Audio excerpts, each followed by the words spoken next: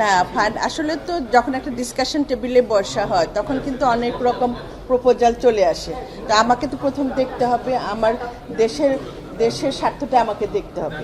তো সেই দেশের স্বার্থ দেখা, মানুষের প্রত্যাশা দেখা, সেইভাবেই আমাদের আলাপ আলোচনা হয়েছে। আবার আমরা বসবো, তখন চূড়ান্ত সিদ্ধান্ত আসবে। কি ধরনের প্রস্তাবনা আসলে দেওয়া হয়েছে? মানে আমরা জানতাম যে এই থার্ড টার্মিনালটা আমাদের বিমান বাংলাদেশের সাথে থাকছে, এবার কাউন্টার পার্টও থাকছে। সেই জায়গায় তাদের জাপানিজদের পক্ষ থেকে আসলে কি ধরনের প্রস্তাবনা আপনারা? আমরা তো মেনলি আমাদের দেশের মানে রেভিনিউটা নিয়েই কাজ করছি। সেটাই আমরা আলাপ আলোচনাটা চলছে, ওইটা আমাদের সমঝোতার মাঝে আসলে আমরা তখন একটা ডিসিশনে চলে আসবো। তাদের পক্ষ থেকে আসলে কোনো ধরনের প্রস্তাবনা আসেন, অসুবিধা নেই। তাদের পক্ষ থেকে আসলে যেটা জানতে চাচ্ছিলাম যে যেহেতু আমরা শুনেছিলাম যে ফাইনাল হয়ে যাবে সিদ্ধান্তটা, সেটি না হবার কারণ কি? না হবার কোনো কারণ নাই। আমাদের we are proceeding ongoing thing and hopefully it will be ডান।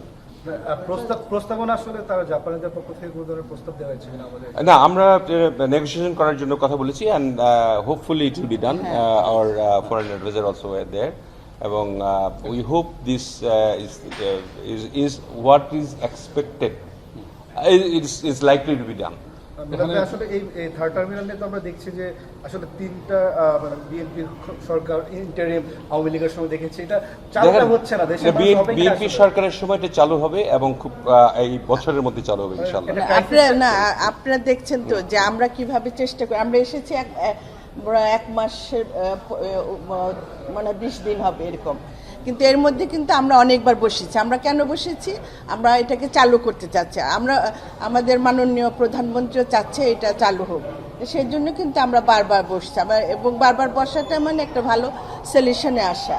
কারণ অনেক টার্মস অ্যান্ড কন্ডিশন থাকে, আমরা প্রথমে দেখি এটা আমার দেশের স্বার্থে হচ্ছে কিনা। আমরা দেশের স্বার্থটাকে আগে দেখে আমরা কাজ করছি, এর জন্য একটু সময় লাগছে। তো অবশ্যই এটা হয়ে যাবে, শীঘ্রই হয়ে যাবে। ধন্যবাদ আপনাদের।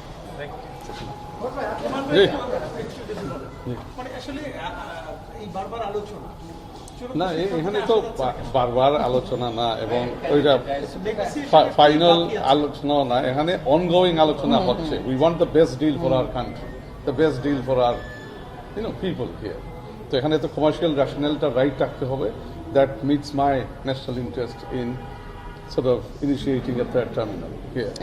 So এই ডিসকাশন হচ্ছে ongoing discussion to fulfil prime minister সাহেবের অবজেক্টিভ যেটা সেট করে দিয়েছেন আমাদের গভর্নমেন্টের, is that we want to initiate this third terminal দ্রুত যত পসিবল।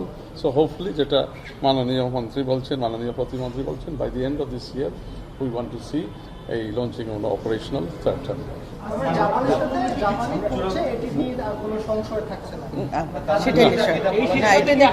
জাপানি করছে, জাপানকে দেয়া যাচ্ছে, তাদের সাথে এই সিদ্ধান্ত আলাপ আলোচনা হচ্ছে এই জাপানের সাথে। So in terms of we are looking to resolve and complete this deal as soon as possible, but on our terms that suit our national interested ভিত্তিতে, কমার্শিয়াল ইন্টারেস্টে অফ দি এভিয়েশন সেক্টরে যে আমাদের ইকোনমিক ইন্টারেস্ট যেটা আছে ওইটা যাতে ওই টার্মসগুলো মিট করে। এখনো পর্যন্ত আমাদের যে চাওয়া, বাংলাদেশের যে চাওয়া, সেই চাওয়াটা পূরণ হয়নি বলেই এখনো পর্যন্ত ডিলটা কমপ্লিট হচ্ছে না, বিষয়টা এরকম নাকি আরো? না, নেগোসিয়েট হচ্ছে এখানে তো পুরো নেগোসিয়েশনস তো is way you reach an outcome where both parties are satisfied. So যাওয়ার কোনো প্রয়োজন নেই আমাদের। ওপেন টেন্ডার আগে না প্রয়োজন নেই।